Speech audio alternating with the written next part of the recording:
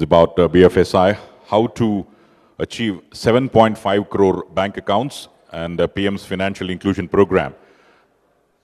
PM JDY, Pradhan Mantri Jan Dhan Yojana. Well, you would all agree that issuing so many bank accounts in a short period of time will be a Herculean task. There are several problems which are going to be encountered in terms of the huge rural population in the real India is all about rural thing. And of course, what is the type of indigenous technology that's required? So many questions erupting in the minds of all of us. The panelists will use their experience and will solve the questions in the minds of all of us. It's my pleasure at the outset to welcome the session chair, Mr. Mani Mamalan, the founder, chairman, managing director of Electronic Payment and Services Private Limited, and also the founding member and director of Confederation of ATM Industry.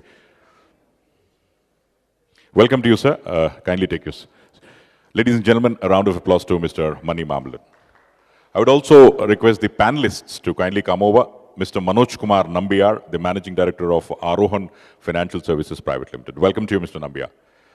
Also, Mr. Shakti Saran, the Associate Director and Business Development Executive, Banking and Financial Services, India, South Asia, IBM. Welcome to you, sir. Mr. Vineet Rai, the CMD of Avishkar Group.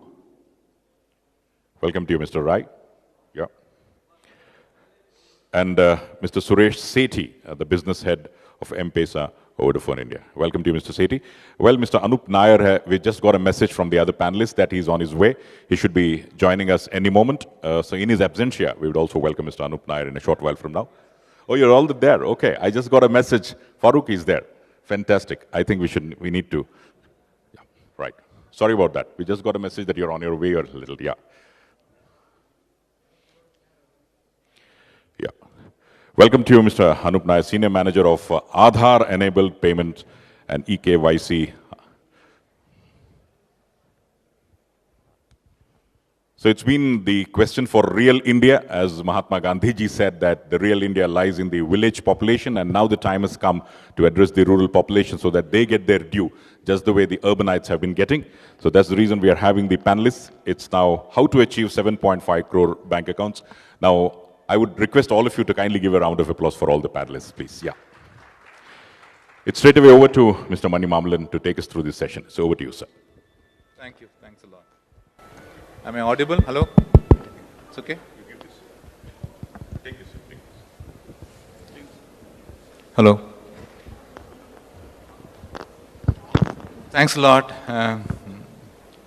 You got the basically just now forum ready. Nothing is, we have Vineet on my right, so Shakti Saran also on my right. On my left you have Manoj Nambiar, and we have Suresh Sethi, and of course Anup Nair. So, okay. Should I say good afternoon or it's good morning still? Good afternoon. Ladies and gentlemen, I think this is one of the very hot topic which actually happens today, and including the new government is more focused on this. And you see basically just, the minister is getting transferred or the secretary is getting transferred because of the non-performance of this specific sector. So I would basically just, start this whole thing of financial inclusion to the expanded population of 7.5 households, okay, which possibly is about 15 crore cardholders or consumers by Jan 26th, 2015. I think that's a basically ambitious program. We are halfway through, I won't say even halfway through, we are basically somewhere around 25% through, and we have about 2 more months to go. Where are we? And what is this FI is all about? And what is the purpose of the whole thing? Where it is missing? What is the impact? And are we there on track? And we have the experts on both sides of my sides, and possibly I think we'll ask every one of them one by one. What is exactly opening an account as far as a FI piece is concerned, financial inclusion is concerned? So let me basically just put this question to Shakti, who is on my right. Thank you, Mani, and good morning to all of you. Good afternoon to all of you. So it's an ambitious program that the Prime Minister launched. To be fair, the UPA government had launched Swabhiman 3 or 4 years ago, and I was also ambitious at that point of time. But the pace at which the current program is being driven is unprecedented. It's extremely ambitious, and I know that as of 4th of November this month, there were a total of 7 crore, approximately 7 crore, accounts that had, already got opened. So what does the account mean? And, the account is just, in my view, it's just a starting point. It's an entry point, and it only indicates that, look, the gate to financial inclusion has got opened. Yeah, it doesn't mean, a hell of a lot much more than that. And, the true success of, inclusion is lies in the fact that, are these accounts going to get used? Is there going to be activity in these accounts? Are these accounts going to be viable, for the banks that, are going to be offering these accounts? And more importantly, or most importantly, are these accounts going to contribute to the economic prosperity of the citizens of India, those, who are underbanked or, unbanked? So there's various ways in which, one could tackle the, the problem of account opening. I'm not going to get into that right now, but there are alternatives. They didn't all have to be bank accounts. This country could have also have gone the prepaid way. But that's a different story. I just want to say, one more thing, and that is, if you look at the statistics, yeah, of the 7 crore accounts that that have been opened, so far, yeah, about 5.65 crores of accounts have been opened by the PSU banks.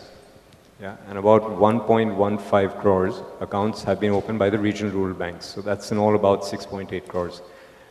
And another 20 lakh accounts have been opened by private sector banks. So when you see the number, and when you see the breakup of the number, you get, you get a very different message. And the reluctant, or the slow pace at which the private sector banks have opened accounts indicates that there is, much more that needs to be done to make this, business viable. But definitely, a first good step, but a lot more that, that needs to be accomplished. Thank you, Shakti. Couple of questions comes to my mind. First of all, do we really need an account for financial services to be basically given to this population? And from those days of early days, almost a decade, I've always been listening to the number, 600 million population still needs financial inclusion services. And maybe 3 months down the line, when this new government, 6 months down the line, when the new government came into existence, within a period of 2 months, we have 3.5 to 4 crore accounts open. Is it necessary to open an account to give financial services? And why basically we're insisting on this? And is it a must? Or if it is not a must, and what are the other avenues of basically just doing, giving financial services to this 600 million population? Or this population is going to basically go down over the years, or it is going to remain as 600 million throughout our lifespan before most of us here are going to be retiring? Can I just ask Suresh to basically respond to that? Thanks, Mani.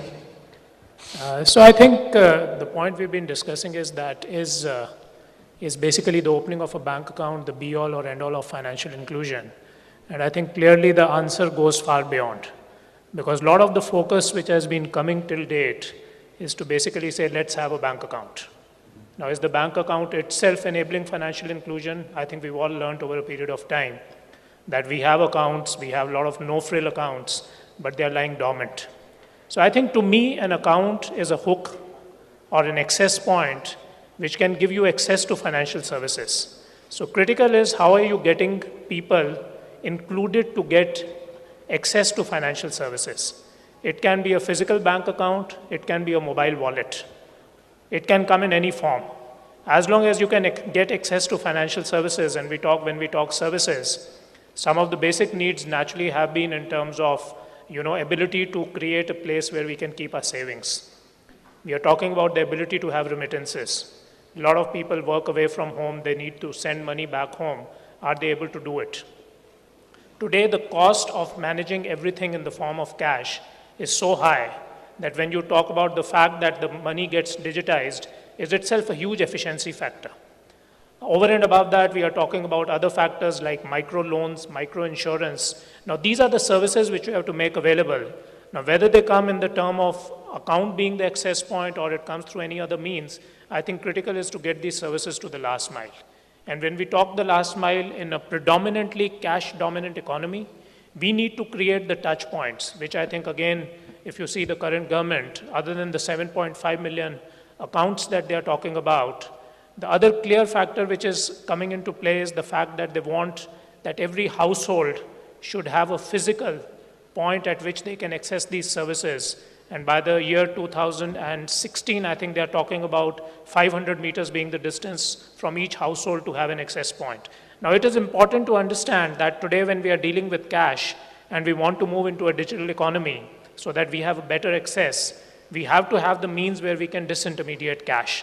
So I think the two go hand in hand, ability to provide access to these services, ability to digitize, and therefore, as we are sitting in this forum, use technology to create these access points, these reach points, and maybe make the cost of delivery of these services much better than what it is today. So we see where Suresh saying, I think, is you have to digitize cash, and you've got to basically just move these transactions from cash transaction to digitized transaction to include these population for the financial services that you want to offer. That also basically throws up questions on whether do we have an infrastructure to basically accept these digitized transactions, whether we have those mobile wallet or any other infrastructure that is required to be doing, or the existing infrastructure can take care of it, or what are the players that do, and how is the basically just the investment people are going to take care of it, and who are the guys who would possibly just support these initiatives in creating this infrastructure. Can I ask basically just Vineet, can you just respond to this, Vineet? Okay, so I started trying to understand this problem way back in 2001, and 15 years has passed since 2001. There was a famous comment that Vijay Mahajan, who's founder of a company called Basics in microfinance, made, that the challenge of financial inclusion is not really the last mile distribution, but it's the problem of the first mile that comes from the person who you meet when you enter a bank, the gun-toting guard, who is so intimidating that 40% of India's population would really not have the courage to walk into a bank. So the infrastructure, and most of the banks used to say we can't actually accept the poor because we don't know how to reach them, but at the same time would put in a gun guard outside who would not allow anybody to come in irrespective. Anybody who actually remembers banking in 2001, 2, 3 would remember, irrespective, even if you are a reasonably middle class guy, it was quite intimidating inside the bank also, because you will sit with your coin waiting for your call number to come in, and the cashier will deal with you in a pretty harsh manner irrespective. So the problem started with the lack of acceptance that 50% of India is really worth our time, which allowed the movement of microfinance to come in, which essentially was not really providing you one service. It was only providing you one service, which was lending to you, but making a lot of noise about also saying it can be done profitably, and people can therefore, and then some of the microfinance institutions, people like SEWA, Self-Employed Women Association, started making that statement that probably the biggest demand of the poor is not really the lending part, it is actually the saving part, because not only were they not getting a return on the money that they had, they were actually paying a very high cost for the money they had. So if you are a poor person with no safe deposit, the savings might actually be in your pillow or dug inside somewhere inside, and if you die, probably nobody ever will come to know, or termites will eat away that money. So the challenge was not necessarily to actually just save the money, to have that money available at any point, and the loss ratios could be as high as 10. So it was a minus 10 to minus 90% returns that a person was getting for doing savings. And essentially everything that we are talking about today was how do you create an infrastructure that would bring this. So microfinance started making those noises, but actually built its entire business model on just one credit portfolio. and of course faced its own crisis, partly because its perception was created was charging too much. Over a period of time, institutions like Financial and FINO came in, which basically said there is a need to help banks access and open those accounts. And therefore, and then came in Aadhaar, which also probably created a link with the banking correspondent model to create an infrastructure that would allow everybody to not only identify, take care of the KYC, open the account, and hopefully over a long period of time do direct benefit transfer. So this was the history with which we are coming, and therefore probably in that context, the fact that a significant number of people still remain financially excluded, even though the discussion has been on for 25 years, just 7.5 crores or 15 crores becomes significant. Now the second part of it is what happens, which probably both Shakti and Suresh alluded to, that what do you do once you have this 7.5 crore accounts? Probably once you have given an option to people. And I think Mani, it also applies to you, because taking ATMs to these places to open those accounts, to basically create distribution points are equally important. So we are actually seeing very different kinds of innovations. Both a company called Vortex, which makes one of the cheapest ATMs in this country, operates without, can operate with a solar power, very small solar power cell, and still deliver ATMs in every nook and corner of India, also becomes relevant. So does the mobile wallet and M-Pesa and Airtel Money. Ultimate requirement is, can you bring in a significant number of people in this country into the financial economy, which hopefully, and this is actually again an assumption, probably will take prosperity much further down than where it is. So I think that's precisely where all arguments are. Of course, 7.5 crore is a more of a symbolic number, rather than would actually make 7.5 crore people rich, but essentially brings them into the moving economy. And all these technologies, each one of us sitting out here is a small player in that big game. Yeah, thank you, Vinith. Vinith very summarizes the whole basically history of evolution of microfinance, and I find this whole years of decade. But I have a very sincere question. He clearly says there is customers, 7.5 crores or 15 crores over a period of next Jan. And he has basically also says there is a infrastructure already available, there are players already operating, there is an ATM, there is a solar power ATM, there are basically M-Pesa, Airtel Money, so on and so forth. Now, my question, actually the next question to Manoj Nambiar is, I have always been it was a myth always seen as why a rural customer pays more for his transaction than an urban customer. I think the better answer would be from Manoj. Can you answer that, Manoj? Infrastructure is there. You have basically just channels available. You have players available. You have the cards now being available. But affordability is a question. I think it's how do we take care of that? Thanks, Mani. I think a lot of good points have been mentioned earlier. I'll just take a minute to sort of put things in perspective so that we understand what is it that we are really discussing. A lot of us talk about financial inclusion, but I think we should be talking about financial exclusion.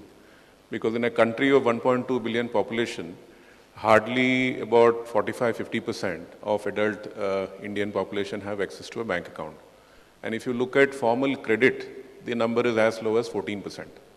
So essentially it means that except for people sitting in this room who probably have a bank account, a credit card, a debit card, a personal loan and a mortgage loan, right? The people who work for you in your house, whether it's your maid or your driver or your security guard, all of them are actually dealing in cash economy, right? So this, I think, at this time and age, for a country like India, which is talking about big things, this is really a very basic requirement which needs to be addressed. So we from the microfinance business cover about 30 million customers who are basically BOP segment, as far as the population is concerned. And along with the bank SHG linkage program, typically between microfinance and the SHG, we cover about 60 to 70 million clients. Now, this is hardly 20% of what is the actual coverage which needs to be done. And in our practicing experience, which is what I really want to sort of reply to Mani's question, hardly 10 to 15 to 20% of the clients that we deal with actually have a bank account. So we are actually relegated to doing the whole business in cash. The disbursement of the loan that we give has to be in cash. The collections actually happen in cash. And as a result, there's a huge amount of risk that we are taking, apart from the fact that these are customers who are not part of the formal banking system. So I think the whole Prime Minister's Jan Dhan Yojana at least tackles the problem in terms of level 1 right now, which is at least getting the accounts opened. So if we've crossed about 6 crore accounts, and hopefully the number of 7.5 would be achieved before, sort of 26th of Jan, which is really the deadline that the Prime Minister has put up. At least I would say, with the mission mode, with the kind of enthusiasm that he's been able to generate in the bureaucracy and the PSU banks, hopefully that number will be achieved. But then after that, what happens? Which is, how do you really make these accounts active? How do you really make these accounts to have some balance in it? In fact, by the way, the numbers coming out now is that 6 crore bank accounts already have about 4,500 crore deposits. So on an average, it looks like about 800 to 900 rupees per account, which is actually very good. Now, how many of them have been accounts opened earlier, which has been reclassified under this, and all that is basically a different question. But at least we are on the path of trying to, as he says, remove financial untouchability. So that's point number one. I think when you talk about the rural sector, the biggest challenge is really in terms of the access. So you cannot expect, as Vineet said, a customer to walk into a bank because it's so overwhelming to even walk into a bank. So the difference is that we actually provide service on the doorstep of the customer. So as a result, if, in an ideal world, what we would really like is, after we've met the customer and sort of approved her for a loan, disbursing that loan into her bank account, right? She doesn't require the entire 10,000 immediately, so she withdraws only 8,000 rupees. Remaining 2,000 accrues interest. Is safe because she doesn't bring it home, right? As and when she needs the money, she actually withdraws the money. And even the monthly payment, if it can be through a debit instruction on a bank account, the whole business would be that much more efficient, that much more smoother. Now, just to answer his question on the operating cost, today, the reason why a microfinance institution has to charge about 10 to 12% margin on the cost of funds is primarily because these are smaller loans, these are doorstep delivery, and we have to do more frequent repayments. Now, in that entire cycle of the entire process of giving a loan and taking that money back, if things can be automated, for example, as I said, the money can be disbursed into a cash account, into a bank account, the money can actually be collected through the bank account, then so much of additional risk, so much of additional manpower actually goes away. And through IT, through information technology, if you are able to, at that doorstep of that customer, apart from credit, also help her open a bank account, make her do banking transactions, help her enroll into an insurance policy, right? Then we are talking about financial inclusion. So operating expenses, when it comes down, when you're selling more products, when the whole process is more efficient and IT enabled, is really when that transformation can happen. I think in India, we talk about the retail banking revolution, which happened in 2005 to 2010. India is on the verge of a BOP sort of revolution, I would say, in the next 5 to 10 years. And that's really what we should be thinking of in terms of opportunities, both for IT as well as the financial services business. Yeah. Thank you, Manoj. Exceedingly, I think, nice to know, and I think it's very great, gratifying to know that the infrastructure will possibly reduce the transactions in due course. My own experience was, it was in 98 when the ATM interchange transaction used to be 18 rupees. And then the technology was really not there. It used to be very expensive technologies. It used to be mainframes, proprietary, so on and so forth. In 2014, I think today, the cost of transactions has scaled down to 15. So it will be, I also hope the same thing will happen to this industry as well. The transaction cost will anyway come down, which will anyway make it affordable. Part of the other one was, while the entire members was, including me sitting in the forum, we are all people who are basically just business people. We basically make money. So our focus is on primary business. So we have the gentleman who is sitting at the last who really doesn't bother about the business or no profits. He doesn't bother about anything. So he's more of, he comes from NPCI. He's neither a regulator nor, but he's a central executing transaction processing body. And he possibly makes a lot of decisions for us in terms of basically just the price points, the processing technology, the standards, the operational guidelines, so on and so forth. So I want to ask him, I think, is how well they could possibly just add to reducing the cost of operations of our transaction on this space. Thank you. Manoj. Sorry. Vinu. Anup. Yeah, hi. Three things here. Like Mani was discussing about the last mile cost of processing. Anyways, the cost of processing today is from NPCI right now for the entire Jan Dhan program as well as going forward on Aadhaar-based transactions is right now not there. But what is more critical from our perspective is to understand that all these accounts right now are being used, opened through Aadhaar and eKYC.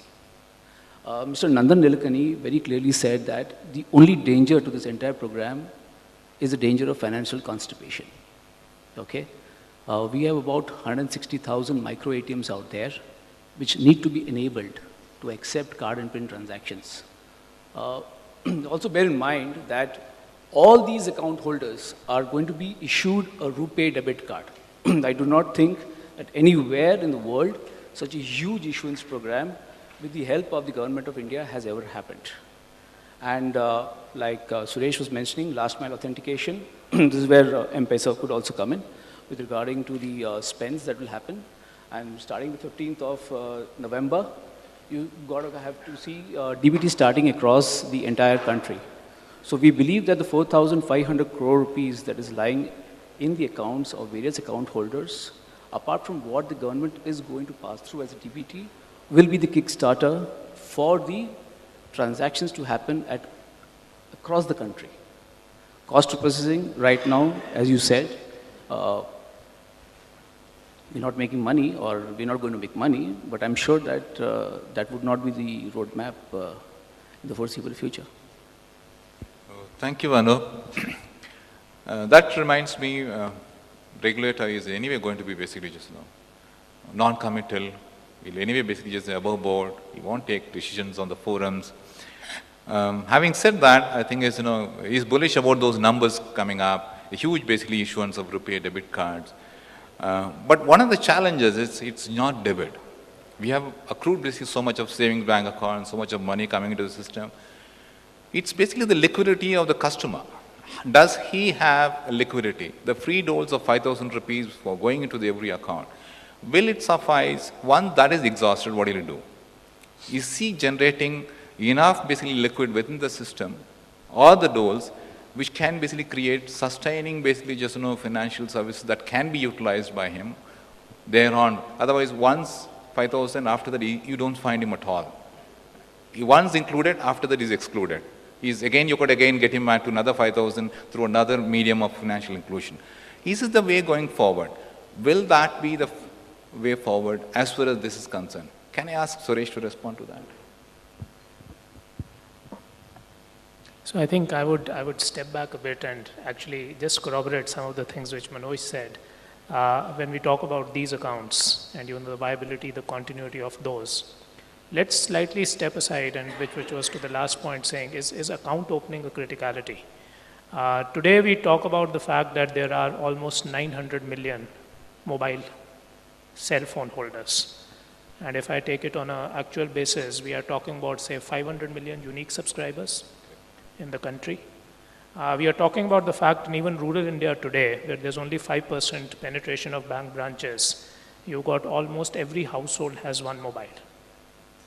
Now, when the government is looking at, and that's where the viability question comes, whether it is the 5,000 or whether it's a direct benefit transfer. There was a study done by McKinsey in 2010, which said if the government benefit transfers can be moved from physical to a digitized form, the government will end up saving $20 billion. Now, that money is almost, I would say, 30 to 40% of the total subsidy being distributed. So there's enough and more which can create the viability in the system. Now, if you have the wallets out there, you have the people who actually have the mobile in their hand, it's a deployed ecosystem. So can we not put money directly into these wallets and let the people then go to outlets as we talk about creating the physical, or what we are talking about, the stationary business correspondent point at which they can withdraw cash. So that will create a last mile viability out of the whole system. And that is where we look at technology, we look at mobile technology, we look at what we can effectively call about a core banking system, being connected to each and every last mile point on a real-time online basis to monitor the flow of these funds, which will remove pilferage, which will create the ability to get it to the last person without any loss of funds. Suresh, I have an interject. You're saying, I think, is we have, you say basically possibly the government spends so much of money, the $20 billion, rupees or dollars, what can be spent on infrastructure, they're anyway losing. You can always basically top up the wallets, which can possibly hold this money. Imagine the same thing goes, wallet becomes a prepaid. Instead of that, it goes to the banking system, like today it is the CASA. It creates basically just, the savings for the country, which possibly becomes a much more important factor. So how does it basically just, you want to play against this, against that? See, the wallet today, anyway, we have regulatory restrictions. You cannot cash out of the wallet. So virtually you have to work with the bank today. So that's a different question to say what you invest and how you scale up the model. But one clear challenge today is how do you make the money reach the last mile? So when the savings is spoken about, it is not like creating additional revenue. It is talking about removing of pilferage.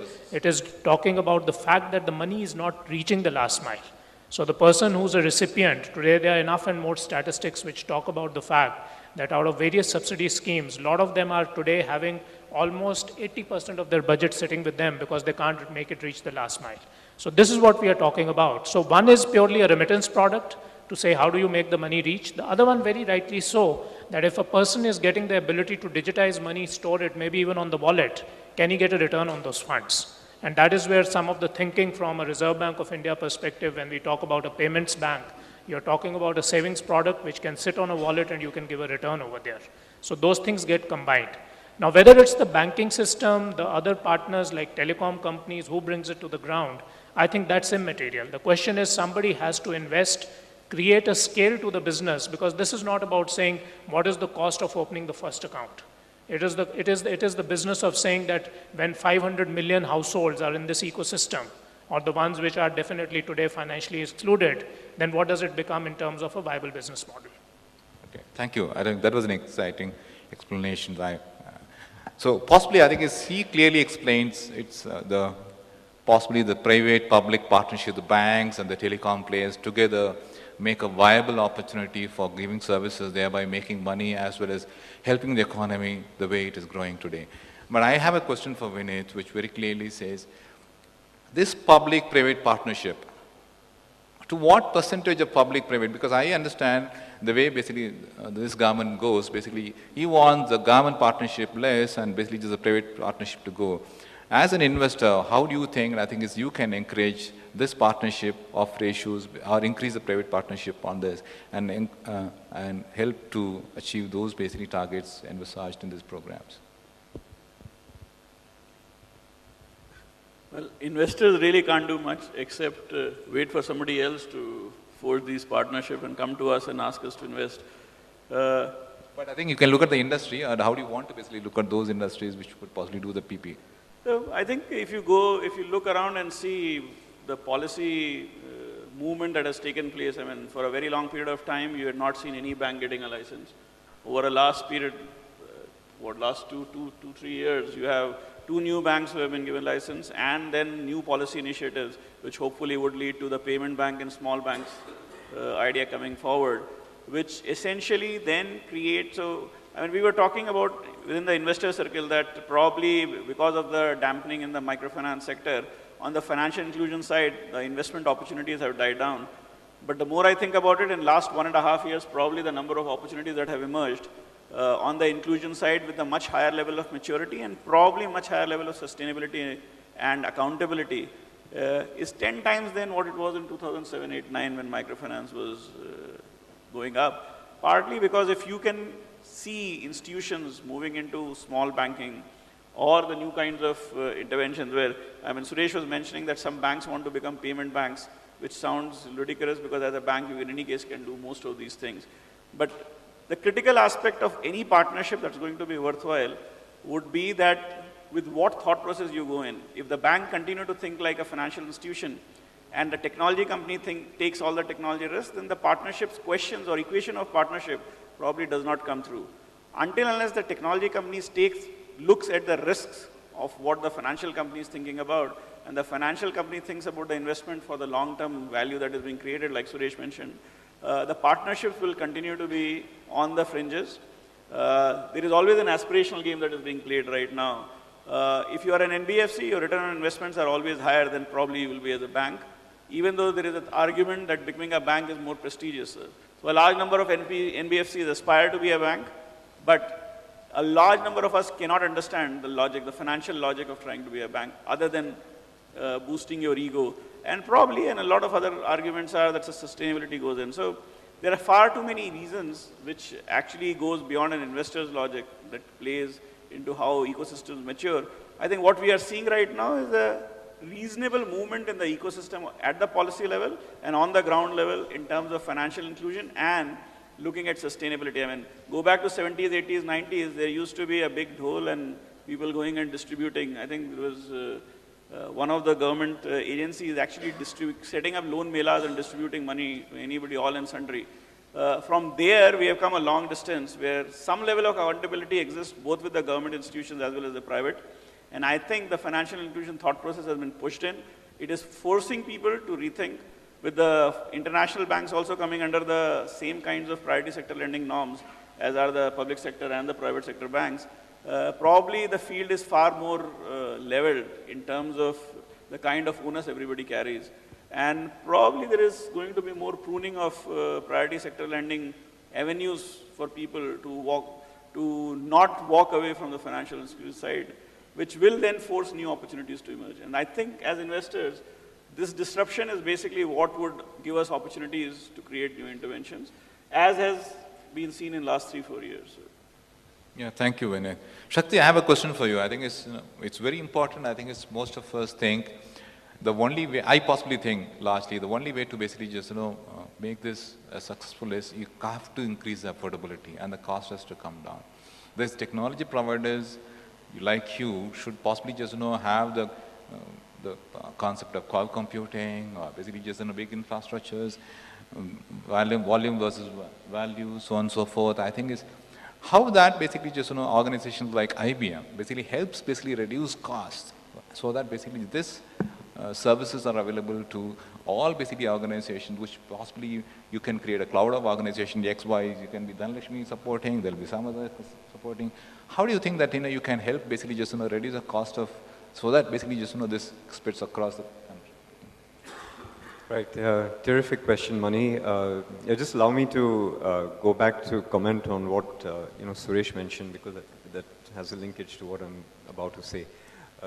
I think what Suresh mentioned was a very valid point that, I think what could have been done differently in the whole Jan Dhan Yojana program was to give customers, or rather individuals, the choice of opening a prepaid or a bank account. Yeah, this whole program has been very focused on just opening bank accounts, which is not necessarily the best way of going about with it, only because if you look at the bottom of the pyramid, yeah, if you look at that segment, you'll find different layers, you'll find pyramids within pyramids, yeah, and I think there's a need to have a differentiated approach for, some of these segments, and clearly there are, certain segments that would, for whom a prepaid would be, a far better way of getting introduced to the formal financial sector than, a full, a proper banking, even if it's no frills, a savings account. So that was, the first context that I wanted to, just establish. The second is, to answer the question that Mani's raised, I want to, just take you through some of the work that we've done for telecom. We've been the technology service providers for the 3 top telecom companies here in India, and one of the roles that I have at IBM is to see how we can replicate those economics in financial services, and for that you need to understand what we've done in telecom.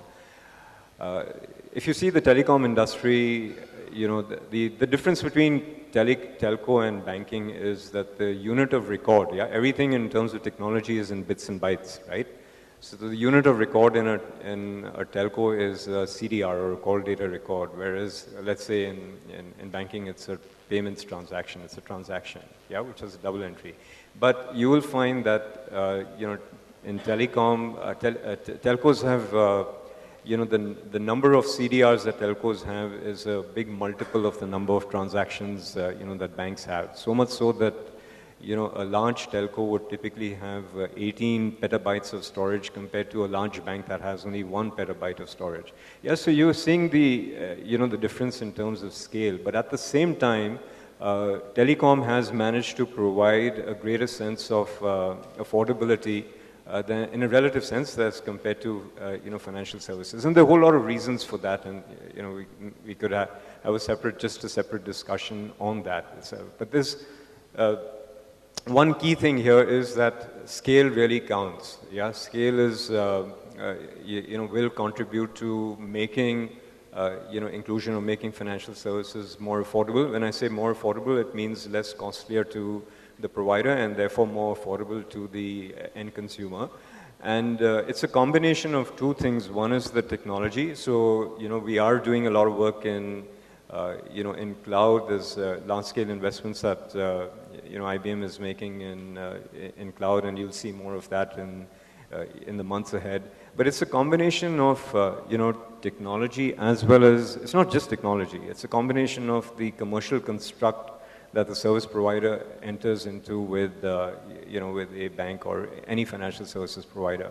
Yeah, and I think that is really very crucial because you need supporting business models that can make, inclusion very affordable. You could have the same technology provided with different business models or different partnership models that could give you immensely different results.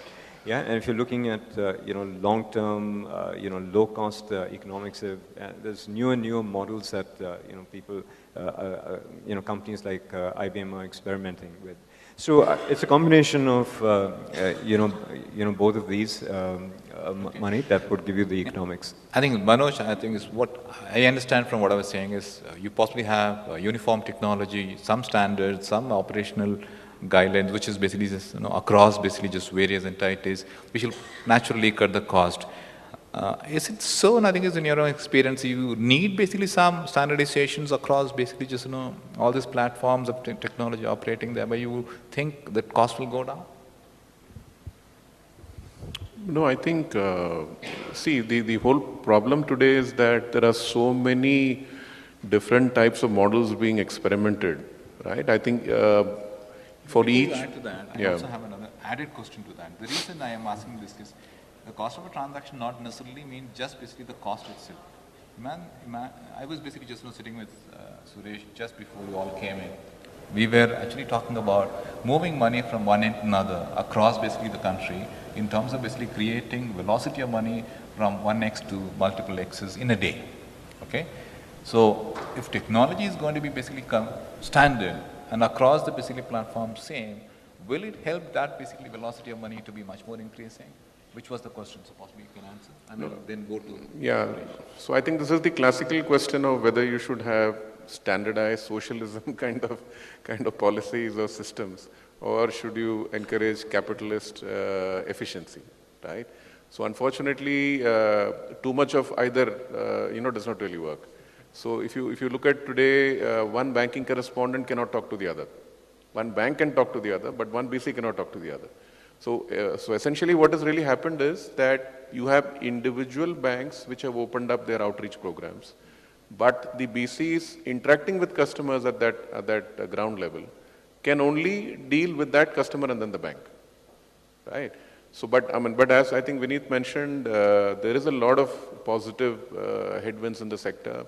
I think the whole appreciation that financial inclusion or tackling exclusion is a key national priority is there. Regulations are changing, and I think payment banks, small banks are all measures in that direction. And I think somewhere I also feel that financial services appetite to wait and watch until you can really sort of be viable and hopefully make a decent amount of return is definitely much lower than what it seems to be on the telecom and the IT side. So I completely agree with what has been mentioned earlier about the fact that the telecom rates are much more affordable, probably the finance rates are far higher, but then you also need to look at what is the amount of capital which is actually got into those industries. So you have players there who are deep-pocketed, who are willing to wait 5 years, 10 years to see viability and actually make money, vis-a-vis a financial services business where the appetite to wait is actually much lesser. I think probably one of the key differences between the two is you have to look at the risk aspect also while looking at the velocity. So if you look at microfinance institution, even if you become supremely efficient, the risk of actually one loan officer dealing with a certain number of clients and the amount of capital he's dealing cannot actually be increased unlimited. So you cannot have one guy dealing with 5,000 people simply because then the amount will become so high that the risk will just far exceed the gains of efficiency. Manoj is very used to facing all kinds of very innovative frauds that he keeps facing at the ground level. So you need to take into account, and one of the reasons why banks are not that efficient is because they have a significant amount of risk management on the other side that they need to take place. Financial business, specifically those which are dealing with real cash, will have to always, cannot move at the speed of light. They have to find a real speed. And that's where probably one of the biggest difference you will see between technology and finance companies.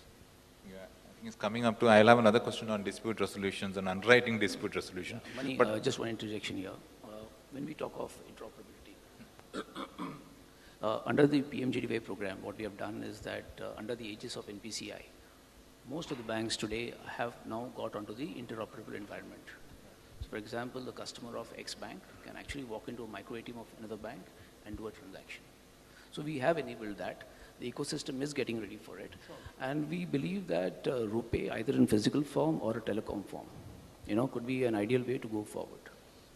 No, I think it's Anup. I think it's, I want Suresh to respond primarily for two reasons. One is because I think Suresh should have a different view, and I want him to have a different view.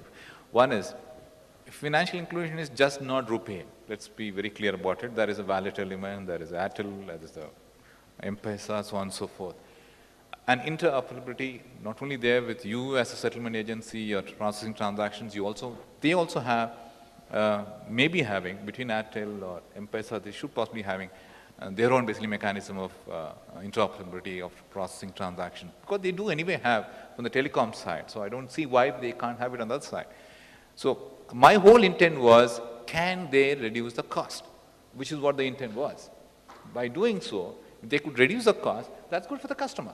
The market, the industry grows. Exactly. Suresh.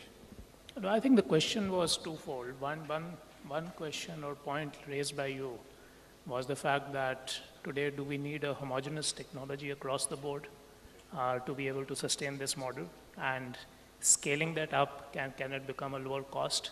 So I think India has been one of the fortunate countries and in a way much ahead of, that is one area where we feel it's significantly ahead, partly thanks to our partners and agencies like NPCI.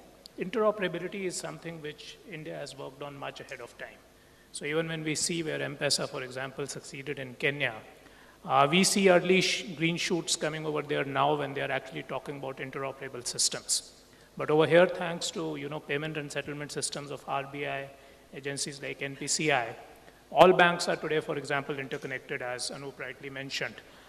Today, while you talk about micro ATMs, you talk about mobile wallets, you talk about last mile BC, how is it different from ATMs? For ages, we've been going to, carrying the ATM card of one bank, going to the ATM of another bank and withdrawing money. So at the back, all the banks are running their own core banking systems. So the interoperability actually creates the social system of connecting with multiple backends and then reducing the cost of the technology. Are you saying I think when disparate systems, the back end still basically there is a... As long as you are interoperable, so it works. I think somewhere, yes, we have regulatory restrictions today. For example, a mobile wallet A cannot talk to mobile wallet B, but that is because the Reserve Bank today does not allow it. But it is not so much the technology does not exist to be able to do it. So I think from an interoperability perspective, we are pretty, I would say, there. More needs to be done naturally for getting the people in to start adopting it and using it. So the cost by default in that aspect is pretty manageable. The bigger challenge today still remains the last mile viability, because we are sitting in a huge country. You can have viability of an agent who's sitting in, say, a Mumbai or a Delhi because he'll have enough volume of business. When you go to the last mile point who's sitting in a village, And that is where when a regulation comes and says you can be the BC customer service point of only one bank, you cannot provide services of any other bank, is it viable for him? So if he does 5,000 rupees of business and his commission is only at 1% for the month, is 50 rupees enough for him to sustain interest in this business? Is there an ROI over there? That's where the challenge comes. Just one point on the affordability. I mean, as we all know, from 1st of November, if you do more than X number of transactions on an ATM, you're actually going to be charged, right? So it's perfectly fine if, let's say you're doing a transaction of 3,000 or 5,000 or 10,000 rupees. So paying that 20 rupees is fine. But for a BOP customer who probably might be withdrawing 100 rupees, right, 20 rupees is 20%. So, it varies depending on what is that customer segment that you're talking about. Yeah. So on one hand, we want to sort of move towards financial inclusion.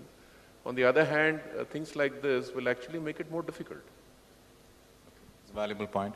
But I think I just take on from what Suresh was saying about the last mile connectivity to basically Vinay. This country has, for long, I think you had those credit societies, then you had basically just, rural banks, then you had basically just, district cooperative banks or village level Taluka cooperative bank, then you have a state apex cooperative bank, which normally doesn't come under the general norming. They all come under the Cooperative Societies Act, they don't come under the Banking Regulation Act, even though they are governed by Banking Regulations Act, and they come under the NABARD scenario. But the PACs, Primary Agri Cooperative Societies, that was the last leg of thing which possibly was never utilized in this scheme of things that is happening. Why that was not utilized? I'm not really the best guy to answer that question, but I don't think so it's not been utilized. There has been actually a significant amount of interaction with them. It's just that there are other issues in Cooperatives Act as well. There are challenges in dealing with it. There is a significant amount of political influence that carries on. So integrating them is not that easy, as is to a microfinance institution or a self-help group. So my question primarily was because there are people available at the last mile. Either they could possibly be just involved into the mainstream activities of either when you're just hiring a BC or those agents that you want to operate those last mile. These societies could possibly help in a large. It's the transparency governance risk that actually holds back people to use it. Can somebody else also answer this? No, Mani, challenges at the ground level are quite different. So if you ask me today, running a microfinance institution, what is the single biggest challenge? You will be surprised. It's actually hiring field officers on the ground.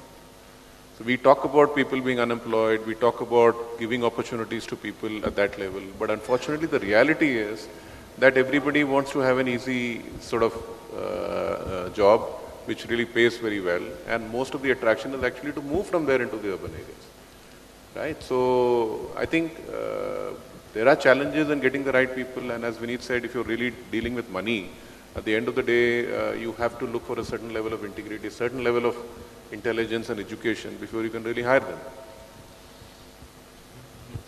I think somewhere digitizing the money also de-risks it to an extent, because we always keep again having a discussion with RBI to say that today, for example, when you're dealing in cash, you can actually go to a bank branch, give 50,000 rupees and say transfer it.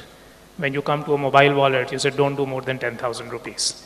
So the question is, if the money is traceable, is that not a way to de-risk it? Because it's much more controllable. So somewhere I think there are paradoxes sitting there today, even from what is allowed and not allowed. But clearly, somewhere we feel that, getting cash out of the economy and, as RBI puts it, creating a less cash society is going to be one critical way of moving this forward. Yeah. A quick point here, there are two systems that are going to become ubiquitous in this country. One is Aadhaar. Every Indian is going to have an Aadhaar, and every Indian is also going to have a mobile telephone. He's going to have a mobile telecom connectivity, and a marriage between both these on a single platform is going to be the game changer for financial inclusion in this country. Yeah, thanks. I think it's just, to summarize this, my focus was primarily on to run any program. I possibly think there has to be an infrastructure and there has to be a operational efficiency, there has to be economics. Of course, basically for the consumer, there has to be an affordability. I possibly think, we try to answer all these questions for you. And if at all you have any questions, possibly I think you can throw it. Yeah, please. Okay. The mic, please.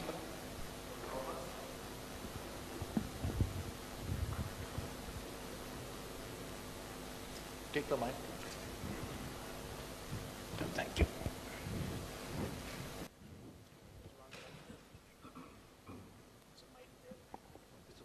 Hello. To the esteemed panel, I have two questions. One, will the payments bank fast track financial inclusion? And in the long run, will the payments bank be a threat to the microfinance institutions?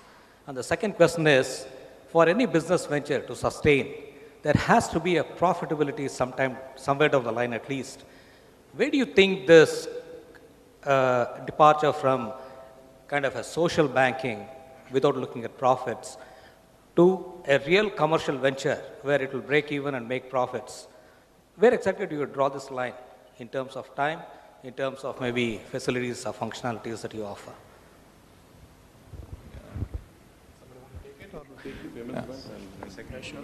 And you take the threat to the MFI. I can take the second one. You can take the second. So I think payment bank is going to be a very enabling in terms of, the enabling provisions which are coming in over there. If you see, they are largely looking at the ability to create a sort of a model which has a huge distribution. But some of the challenges which today were sitting, say, even in the prepaid model or the wallet model, which did not allow a non-banking company to have a cash out capability, are going to get addressed. So my simple equation of saying that today every household owns a mobile, but the restriction remains that if we send money to the mobile, we can very well do it. The recipient cannot today go to any place and withdraw the money. So I think some of the enabling regulations under payment bank will come through and help that happen. Likewise, payment bank, the way it is structured or the draft regulations we've seen also does talk about, creating viability in the system by saying that the payment bank can also act like a business correspondent and offer other services. So the point again being made that if the last mile point can become like a financial services retailer and not just offer and be a cash out point for a remittance coming in, they can offer savings, they can offer micro loans, they can offer insurance, micro insurance. It will become much more viable. So I think somewhere the payment banks, at least from an enabling regulation point of view, is definitely a step in the right direction. Second question. So I'll make an attempt to answer your second question, which is a very interesting one. It's on the, is it too loud? I mean, just suddenly, yeah, okay, yeah. It's the viability part, right? Now, viability is a function of many things, yeah? So simply put, it's cost and revenues. And I spent some time early on telling you in terms of, there's a lot of things that can be done on the cost front. Yeah, I'll just come to revenues in a bit. That's the more interesting part. But I'll close the discussion on cost. There could be more efficient ways of doing dedupe. Yeah, and we know that the telecom industry has been, phenomenally successful at that. They're able to do dedupes in a minute. Yeah, you check with some of the banks or the microfinance institutions, they're struggling with that. Yeah, so there's various ways, if you get into it's an in-depth discussion, there's a whole lot of cost levers, and if you look at each one of them, there was one which I think came up earlier in the panel in terms of, process digitization, yeah, and how that could help in, efficiencies. Yeah, so let's just say that the foundation of viability is really scale, it's cost efficiencies, and I've given you two examples of how, you could get, cost efficiencies. There are very many more examples of how we can achieve cost efficiencies. But come to the revenue side and, it gets interesting. Yeah, so where are your revenue streams for, for any financial services provider? What's fairly clear in all the discussions that we've had, across the ecosystem is that no service provider is going to make money on float.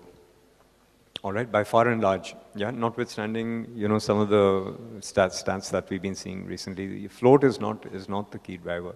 It is going to be, the ability to create a platform of products, yeah, and there are two key things that are really very crucial. Yeah, here one is that there is an element of financial literacy that is involved. Yeah, we're seeing banks, many banks today create who've gone ahead and created insurance subsidiaries where the payback is 6, 7, 8 years, right? So there is that capacity to, invest in the long term. But when it comes to financial inclusion, no. We want, kind of immediate results. So if banks are willing to invest in financial literacy, and they have a very good avenue now because of this, the CSR provisions of the Companies Act, yeah, that 2%. Yeah, you can use that, channelize that for financial literacy. It will give service providers a tremendous payback. Yeah, so that's number one. Yeah, number two is the ability to create, offer, a bouquet of services and products, move away just from savings to, the entire gamut of, microfinancial services products that may include investments, protection, lending, all of that, and leverage the power of analytics, yeah, and of course, be able to offer these through, channels like mobile, yeah. We're seeing mobile becoming so ubiquitous, and the other day we saw, one of those screaming ads by Snapdeal, 1,900 rupees smartphone. So you're seeing what the future has in store, right? You're going to have low-cost access channels to access your customer, and kind of vice versa, and your ability to offer a range of products, right, and use the power of analytics to the hilt, and so on and so forth. And then for those who are lending, for those who are in the lending business, credit scoring, for instance, there's various ways in which you can go about with that to improve your credit performance. All of these would contribute to making the business, a viable one. Yeah. In a lighter vein. That answers your question. Yeah, thank you so much. Yeah. In a lighter vein, let me tell you, I think you should be really lucky that you're born in this country. You don't need to do a market research to understand whether there is a market or not. Just by chance you're in Sri Lanka, assume basically, then you have a problem, okay? Thanks, you're in India. Yeah, next question. Yeah, my question is, for example, M-Pesa is roughly around 1.36% in terms of transaction cost. That's what I kind of figured out. So can this be less than 1%? Is that something, is it because of frauds and there are overheads in maintaining the transaction cost at this level, or is it, do you see this coming down to 1%? Is it going to be only when scale happens, then this is something Vodafone would consider? That's one question. The other question is, in the last mile, why can't I go and use the merchant at the POS as a person, as a banking correspondent, to issue me cash? That I don't see why it's not happening. When you can accept credit cards or debit cards for purchase, why is that RBI puts this one, that I cannot do it like going into a post office and doing it? Why can't be a merchant be a sort of a business correspondent for me if I need cash? These are the two questions. I think that question should be possibly just, because you're already doing something with the post office, right? No, we are not. Not Airtel was doing it, okay. No, but cash out at a merchant point is allowed. RBI allows it. The cashback at a merchant point on the POS is allowed. I think the question really, which the challenge today is that what is your POS penetration? Because urban India, we see lots of them, but they are give and take a few. There are 500,000 POS machines deployed out there. It doesn't even, touch the tip of the iceberg, but regulatorily it's allowed. It's not really picked up, goes without saying, but it is allowed. But can a mobile be a POS? Can a mobile phone be a POS by Yes, itself? yes. Those technologies also exist, and that we feel is the other way in which a deeper penetration of POS will happen. Because today, deploying a physical POS on which you do a credit or a debit card swipe is naturally a costly proposition. The penetration of plastic, again, is limited. It's not there in the villages. So using the mobile both as a POS and as a payment mechanism is definitely one way we see, which is critical to build the ecosystem of handling the merchant payments using digital money. Yeah, I think you also raised a very interesting point before we wind up. The dispute resolution part, which possibly I thought Anup can do it. Is it a possibility of creating an agency which can possibly just take care of the risk point of it? See, the last mile is where basically everyone doesn't want to basically stretch because there is a risk associated with this. If there is a forum, association, the regulatory body, together you can form a dispute resolution body or an underwriting body, asset management company type, ARC type. Then possibly everyone will like to basically just pay a premium for those risks, but still basically they would like to basically go to the last mile with all full force. So what's basically NPCI, can NPCI do something about this? Incidentally, if you look at the current payment systems, if you look at credit cards, debit cards, ATMs, various channels, each bank has its own risk parameters as well as guidelines under which they are governed. Obviously, there are RBI mandates which look into it, and as a scheme, as a RuPay scheme, there is a platform available to address all types of disputes. So obviously, this is also, we are enhancing the coverage of this dispute mechanism system even for the Aadhaar-enabled payment system and eKYC. My question is not basically whether the system mechanism is there. I think it's time to basically resolve that dispute is what the issue is. This is their money at the moment, it's there. Which is what I'm saying. If you can basically preempt that 7 days to basically 2 days or 1 day, possibly then. No, the reason why I said this was, that is one point, because then you are losing a float of 7 days, you're losing the money for 7 days, the money is not in the system. So ultimately when you're looking at velocity of money, then on the one hand you lose money anyway. So I think this is where I think those regulators and the forum, association of basically just providers should get together and resolve that, because it's like an airport basically, just for 90% of the guys are basically good guys, 1 or 2 guys are bad guys, so everyone gets frisked for about half an hour, and you've got to be there in the airport much earlier. Why should you do that? Yeah, I mean, we will look into this. I mean, Okay. money, I mean, Thank you. what can I Is say there to any it? other question? I think it's enough. Yeah. My question to the distinguished gathering panel is that since a lot of transactions, commerce is happening on mobile, isn't it time that the single number provided to a subscriber should not be given to anyone else in the event that is disconnected? Today, TRAI regulation says that in the 3 months, if the number is not used by anybody, it can be reissued to a different subscriber. But if the same number is issued to a different subscriber, don't you think that a lot of problems would arise going forward? Because a lot of mobile transactions are happening and a lot of fraud also can happen. Don't you think that it's a time to bring in that kind of rule? So you're talking about what happens on the telco side in terms of churning the numbers? Because Yeah, if you're not churning the using number. a number, Let's say, for example, if I have a number and I surrender the number and the same number is issued to someone else, then this has already been creating a lot of problems in mobile banking and in banking transactions, already creating a lot of problems. And I feel that it's time that, a number issued to one subscriber should not be reissued to anyone else. see, there are 2 parts to it. One, which question always comes, that is the money sitting on the mobile? I mean, which we get a lot of times, saying what is the security around the system? So the number is just an identifier. All of us technically are today investing in core banking platforms in which the money is actually sitting in a core banking platform as secure as a bank. Your mobile number becomes the identifier of that account. Now tomorrow if that mobile number you lose it in the sense that either you've given up the number and all, you're technically giving up your account. So whatever funds are lying there, either you take it out, so there are practices, there are RBI requirements, just like you have a dormant account policy, we have account policies likewise to say if a wallet has become dormant, then how do you move on those lines and so on and so forth. So there's complete security around that and there's a process built around it. Now the other part which comes is that if mobile number is the account number, and what if you don't use the telecom number and it is by default getting churned out by the TRAI regulations under TRAI, how do you secure that? So once you are using the mobile, technically you don't see the churn happening, which is again the basic way of looking at it, saying that once you are using additional services, then that mobile number becomes very core to you. Because going forward, if you look at any of these services or even your own accounts, the moment you are linking an account or seeding an account with an Aadhaar number, and that account becomes the beneficiary into which all your direct benefit transfers are coming, there is less relevance that account will become dormant and not relevant to you.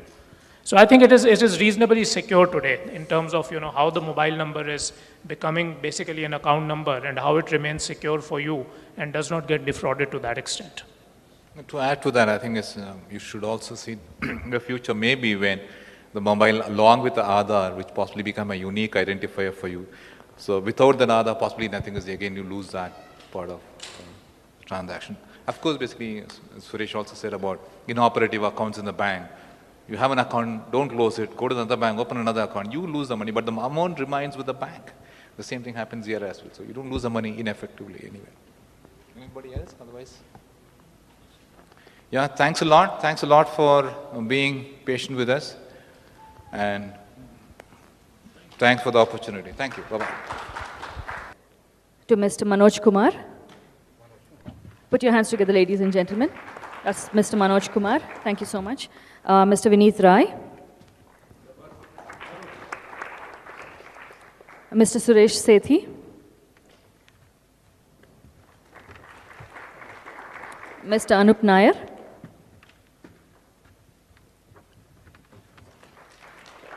And Mr. Shakti Saran.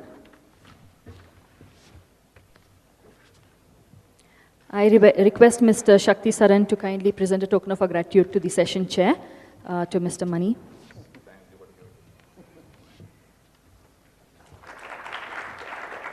Thank you. Thank you, ladies and gentlemen, for being here patiently. Thank you.